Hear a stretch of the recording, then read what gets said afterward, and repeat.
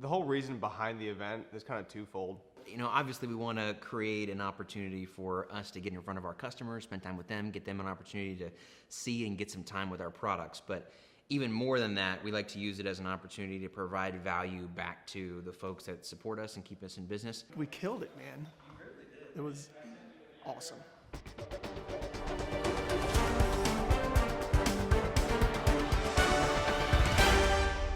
Yeah, we had a lot going on with Industry Day. We had an explosives expert that was out, and we had to come in a day early, do a pre-walk, do a safety check, make sure that the area was clear, and kind of get a plan for what we were doing and what the other guys were doing up in the breaching area, because we were actually, a lot of people didn't realize we had a couple different explosives courses running at the same time. Right there. Are we going to do breaching against these things, or are they doing that? We are. Okay. So we're shooting these, the bigger panels, Yes. the ISI or whatever they Yep. are. Yep. The Or PSS, excuse me. yeah, the PSS, the IFI 12, which is this, which I have slated for the 5-pound standoff, the 18-inch standoff, like we did out there.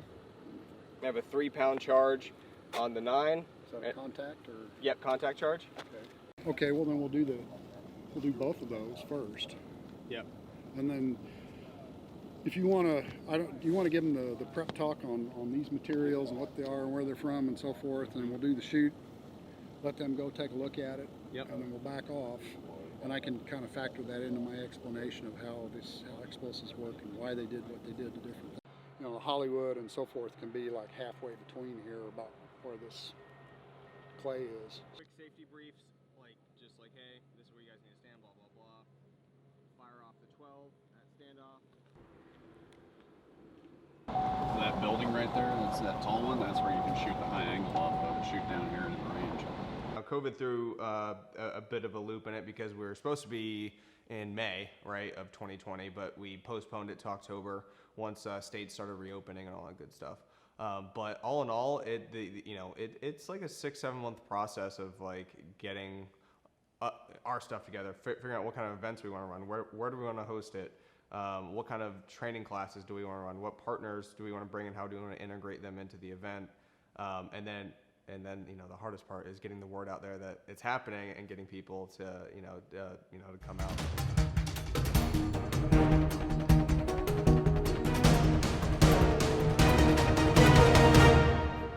Yeah, we figured you'd probably have something around here that would work for that. We could set some Jersey bouncers up on top of the hill. Maybe I don't think that would help that much, because the thing we'd be concerned about is particularly from the contact shots on that fence, pieces that are about the size of a 9mm, hitting, bouncing, skipping, and so they'd be pretty high angle, but they wouldn't have a whole lot of energy, and they'd be coming down, and they might come down right in the area where you guys are. So we're talking about coordinating, making sure that we're not shooting whenever they are. I got a small checklist for GTI, and if anyone else has anything that I may have missed, we can kind of go over it. That and just a few cinder blocks down there or something, because for that last part, the thermite burn, we have the armor plate. We just want to be able to elevate it off the ground to, a little bit with cinder block or something. 6 or 8. Oh, that'd be plenty, yeah. This is the first prototype. It's gonna be 4 generations deep before it's done. This is the first prototype for the first year. I've been working on. It's materials that no one's even seen before. Stop. You can't have a lead in like this. I'm not taking it out of the box in here, but I'll show you. Come on. That's what she's talking about, like a skid system. I mean, it's really just like a round tube with the bolts, and that would bolt into the actual thing. That's a bunch of Marines, anyways, doing repelling. And then that's like the kind of gate system. There's no OSHA regs or anything like that on it. So what I think we're going to have to do is have an RO like going with the shooter to every location. Not only for safety, but also to make sure that they get off on the right floor and everything. Okay, that makes sense. So that way you don't have to be like circling. That makes sense, because that would be very tiresome. Exactly. This dirty bird over here. How big is your property? It's like 100 acres. What's on it? A farm or what? No, fucking nuclear plant. What? I thought he was kidding. He was like, yeah, it's over here. Well, I walked over like, that's not it, right? He's like, no, this is it. Dude, it's a platform that's this big, right? It's on a rubber goddamn belt. Yeah, rubber belt. It's got handhold, like a milled handhold. So it's like a here. coal mine You out literally there. stand here like this, and you just go up. So go from the bottom floor to the 8th floor. I'm like, I was like 2 stories up. I was like, Billy? Well, I have that young gentleman going to Domino's, go pick up some food, so we can go ahead and eat the shit out of that food, baby.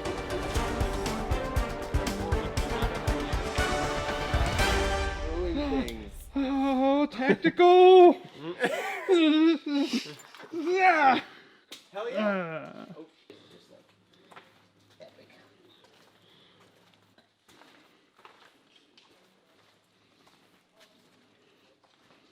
We were at Hell Hallway earlier. I think, It's right above us. yeah. I think we can find our way back, but Dude, it's right in front. that's where the Force and Force event will be held on Thursday. That's what I was looking for. All right, so for head count, we got Rodney. Where's Chase? And we got a bomb. So front side of building, which way is? I've kind of lost my orientation on what. Like towards the hooch? No, towards the office. That way. Okay. All right, so what are we actually trying to find? We're looking for the control room for this whole plant. Which would do what?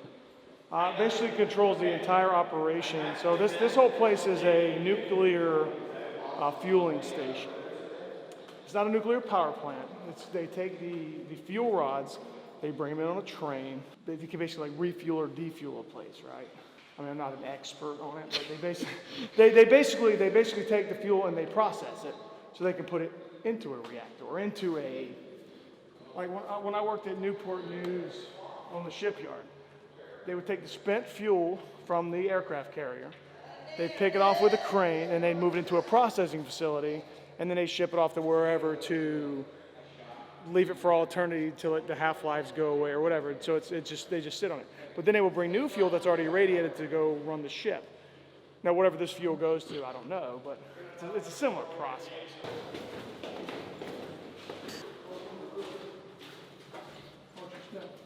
Worst things that happen. We're on the roof. Oops. What's that? I had no idea we're coming out of the roof. Oh yeah, I didn't either. Official control center? I love the like monitor Dell computer randomly sitting here.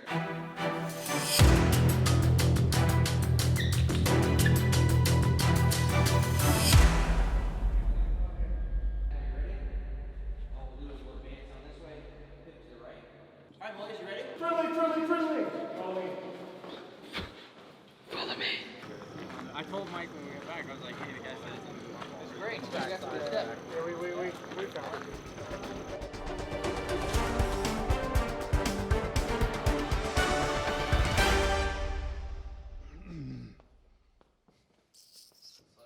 I'm not going to say it's the most important job, but comfortability and quality time spent there for those individuals that we're attending is probably one of the most important jobs because we pride ourselves on customer service. So yes, my mouth is loud and in charge and just nonstop. Good morning. Hey, good morning.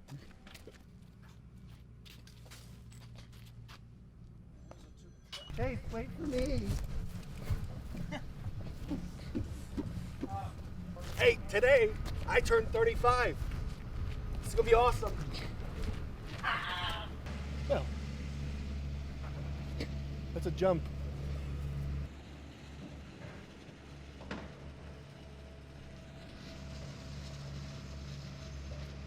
Ideally, I want to do training wall, turret port, and then the truck.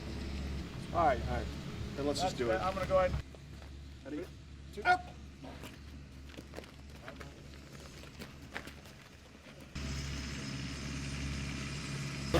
What's that? The MTW, a modular training wall. As you can see, it's got split port on top. It's got a GP3 on the top, GP3 on the top, split port on the bottom. So what's it actually do? It's a training wall. What's your role this week at? So my role here for this event is to host and MC and coordinate vendor as well as registration for anybody and everybody coming and wanting to attend, as well as cater in the festivities of Kontek Industry Day DOE. This is actually a big thrill for me. One, because I love to hear myself talk, and two, I love to talk about things exploding, anything ballistic, rounds being fired, the sweet smell of carbon, people sweating, hating their lives, running up and down sand dunes. Why not? We know that training is hard to come by. Law enforcement, military, DOE, nukes, critical infrastructure, any security officers, we all know that, having anybody combine and really getting a force of thought, especially networking and figuring out the best strategy whatsoever. So why not get everybody on the same page? And offering a good dose of reality, especially training and explosives and, I just love saying gun events. How many more pieces of steel are you looking for? If I could get 2, and then we're going to space them out, stage them differently. And then I need to know from the ranger master. So what's going on is, so like pretend this is a range. Yeah. So you've got Chase is here, and Chase's targets are here. Our targets are here. We can't be up here. But you guys coordinate with Chris on target setup. Hey, can we take a look at the range and make sure what we want to do?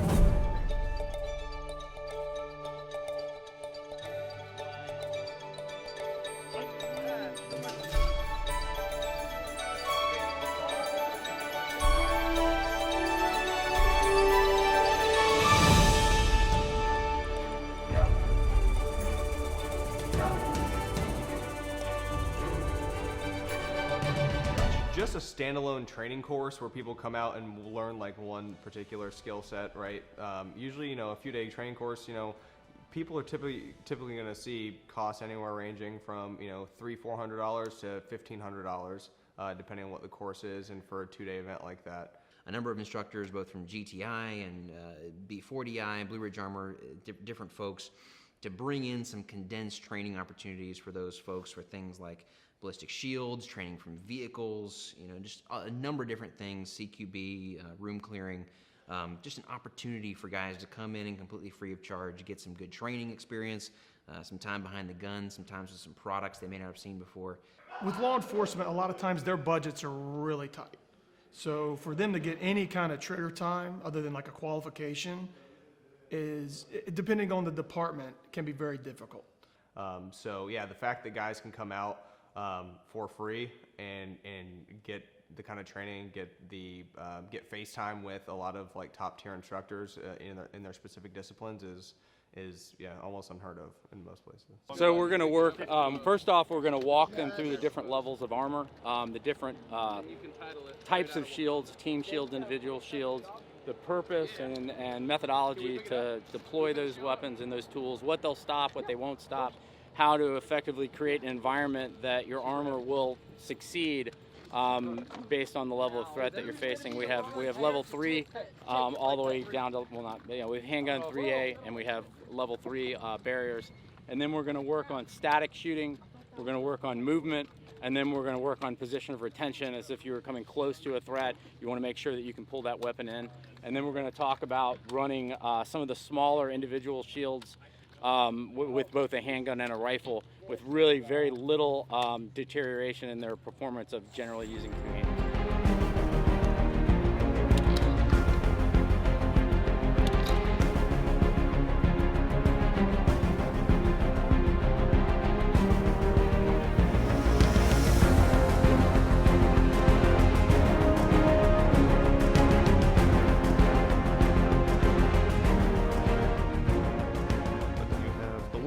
Where people are running from point A to point B, and they're moving while shooting at targets.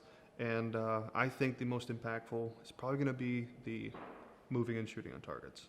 When I was in the Marines, it was awesome if we got to shoot. Of course, when I was in, we had like no ammo half the time. Like literally, we'd be running on a range going pew, pew, pew, not actually shooting anything. So imagine that, that's a government, the federal government. Put that on like a local government. They don't have the resources to go out there and put their entire department through something like that. So everyone's, I'm just going to shoot from behind this car, or, I'm just going to engage them from behind this building. That's not how it is whatsoever, No, you're going to be moving, the heart's be pumping, and you're going to want to go ahead and engage them as quickly as possible and take down the target. So why not?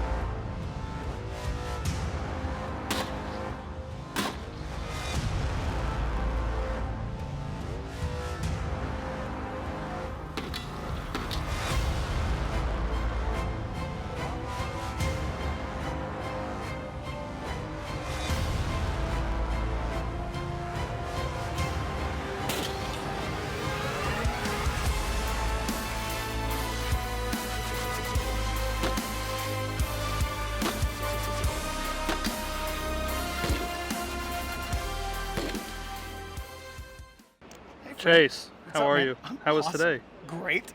Holy smokes, they really got immersed in the GP3s and stuff, man. They like the truck bed. People like the GP3M, especially the one here in the back of the truck. I think it's going to be a big hit tomorrow, and I'm just excited for the word to spread about that GP3M, because once the word gets out that it's, 99% protection, you can't beat that, and it's a stable shooting platform. It's awesome.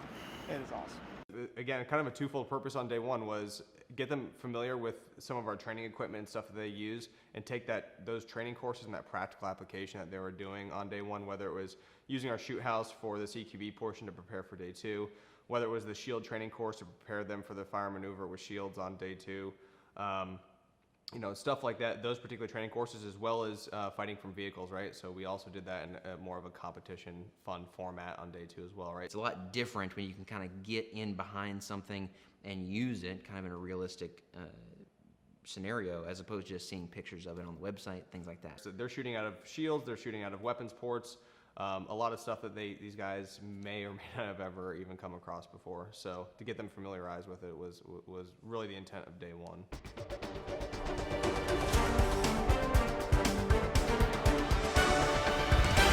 So we had everyone get out there really early on the morning of day two, right? And so we were running about a 3.5-hour explosives course, and because of the coordination of the amount of explosives that we needed and getting them there on time, and I already had people congregating, and I was in direct communication with GTI, I was in communication with their group to get all of the explosives out there. Luckily they were there, they showed up, but there was this like 30-minute gap where it was kind of dead air, and I'm like, I've got people pulling out down here at like 5 a.m. and they're gonna be really upset if they have to wait another 2 hours to make anything happen. Well, we're getting ready to have an explosives instruction course for the law enforcement and the military, the nuclear guys that are here.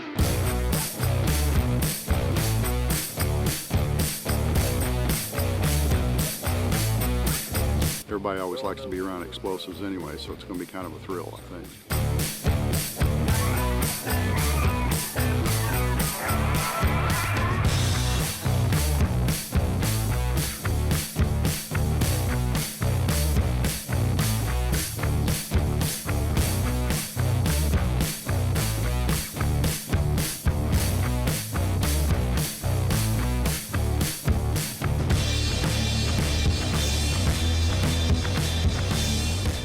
So a lot of the experts that we have, we've actually worked with them I've been at Kontek for the better part of a decade, and Kontek was working with a lot of these experts before I showed up. So we've probably been 15, 20 years of relationship building with these guys.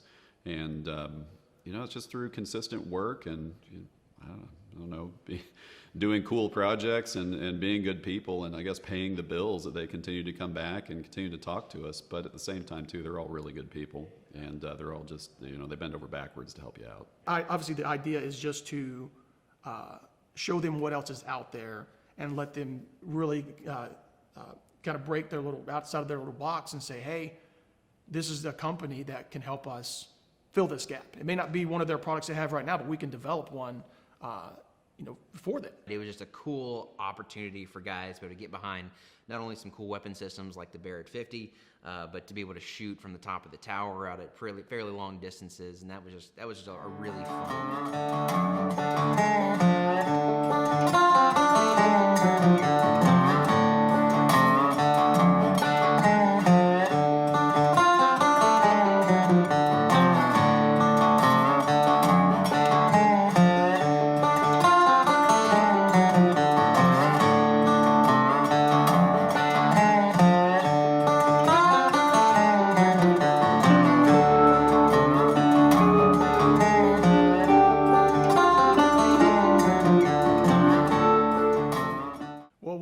training, anytime you have rounds coming back at you, it changes your entire decision-making process. I'm like, okay, guys, hey, we're going to go ahead, we're going to move forward, and we're going to shoot straight. Like, not today.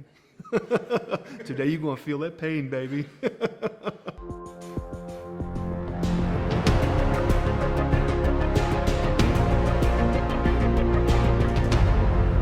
It's hard to take all the stuff you do from flat range and just jump into this. Because somebody can come in here and not be a good shooter, and you're adding a whole nother element of like lethality to something they don't know anything about.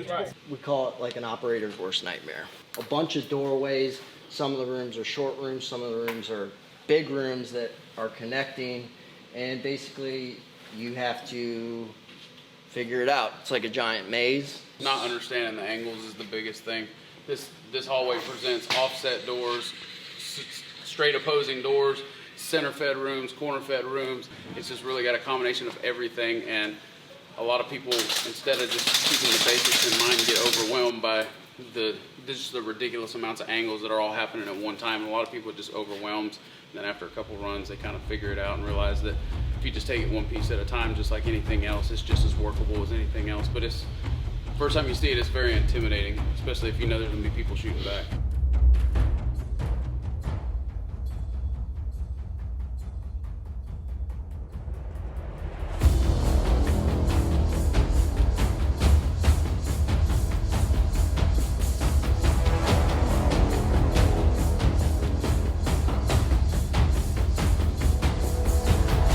This is our mobile modular shoot house. The design for this guy is to rapidly set up a simuation or a scenario shoot house.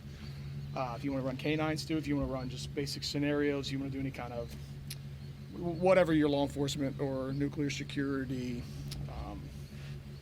kind of training program necessitates, right? So this is all expanded PVC. It's going to handle the weather. It's going to handle hard knocks. As you can see, we've got it set together with zip ties. So you put it together real fast, zip them up. We'll get you a zip tie tightener, get it squared away there. And that way, when you're ready to reconfigure this thing, all you can do is snip a couple zip ties and move a couple walls. So check it out, come on inside. Bam. Of course, it's in, please edit that out. This is an outward opening door. I just don't have a thing here. So when you come in here, again, you can set this thing up like any way you want it, right? So if you've got a raid you're gonna go on, serving a warrant, going after somebody who might be hostile. If you've got a kind of a blueprint of that house, you can mock it up using the grid system and figure out how you're gonna do your hit without doing a tape house or a chalkboard or a rock walk with dip cans, whatever. So as you come in, boom, now I've got a hallway. I got a switch back here. That's a confined space. No bueno. If somebody's hiding back there, it's just a difficult danger area to pass. Same thing back here, another small space. What have you got going on there? Somebody's just gonna hide in a corner, could be a kid, could be a threat, you don't know. That's the beauty of running these different scenarios. That's pretty much it in a nutshell. Need you to communicate. Loud, all right? Execute. All right, just because you got a gun in your hand and some rounds don't mean you gotta run. Ain't no need to run it to your death. For sure. The way that I train in everything that transfers over into a structure. So like once you deal with some nonsense or some BS, then you understand like, okay, I know how I should train. It's like you're kickboxing and you practice, you know, you learn the roundhouse or the high kick. You do it all day. And then at the end, and at the end of the day for your training, you spar. And you have to use that. You have to apply that. You have to apply that skill set. Same thing. Same thing. Going hard! Don't shoot me! Vení! ¿Qué? Vení aquí, cabrones! ¡Quédate! Vení! Vení aquí! Venga, vení! ¿Qué pasa? Vení! ¿Qué? Venga, vení aquí! Vení, miedo! Venga, vení aquí, cabrones! Venga, no! We got hung up on some of the doors that lead to the other rooms.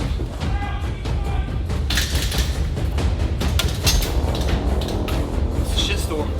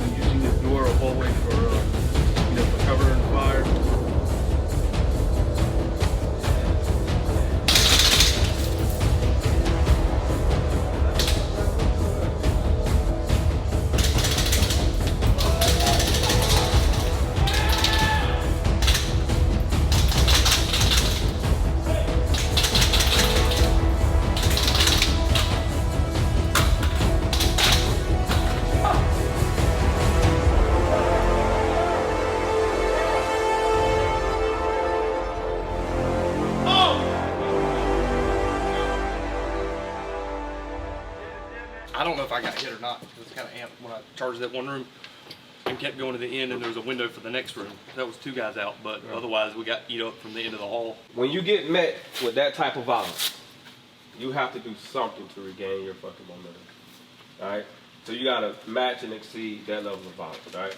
And I'm gonna tell you right now, hanging out in the hallway and getting boogered up and just talking about it ain't gonna fix your problem. It's gonna make your problem worse. No, you, Kenny. Oh, we killed him.